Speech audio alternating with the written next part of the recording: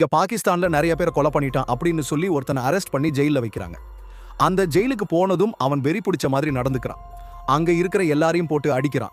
அவனை பிடிச்ச போலீஸ் அவனோட உடம்பை செக் பண்ணி பார்க்கறாங்க. அவனோட ஞாபகத்தை அழிக்கிறதுக்காக மருந்து கொடுத்தது தெரிய வருது. அந்த மருந்துனால தான் அவன் இப்படி நடந்துக்கிறான். இப்ப அந்த ஜெயில இருந்து தப்பிச்சு வெளியில வந்தவன் தன்னை பத்தி தெரிஞ்சுக்க நினைக்கிறான்.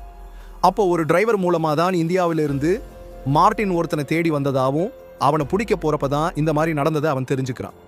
இங்க இவனுக்கு உதவி பண்ண பொண்ணை போய் பார்க்கறான். ஆனா இவன் போறதுக்கு முன்னாடியே மார்ட்டினோட ஆளுங்க அந்த பொண்ணை கொன்னுடுறாங்க. இப்ப அங்க இருக்கிற க்ளூவை வச்சு இந்தியால இருக்கிற தன்னோட ஃப்ரெண்ட்ஸ் கண்டுபிடிச்சு இந்தியா போகிறான். இந்தியா போனதும் இவன் கண்ணு முன்னாடியே இவனோட ஃப்ரெண்ட்ஸ் மார்ட்டினோட ஆளுங்க கொலை பண்ணிடுறாங்க. அடுத்ததா தன்னோட காதலிய மார்ட்டின் தேடிட்டு இருக்கிறத இவன் தெரிஞ்சுக்கிறான்.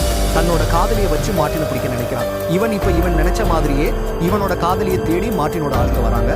அப்ப நடக்கிற சண்டையில இவன் மண்டையில அடிபட்டு பழைய ஞாபகம் எல்லாம் திரும்பி வந்துடுது. இவன் இவ்வளவு நாளா தேடிட்டு இருந்த மார்ட்டின் வேற யாரும் இல்லை. இவன் தான்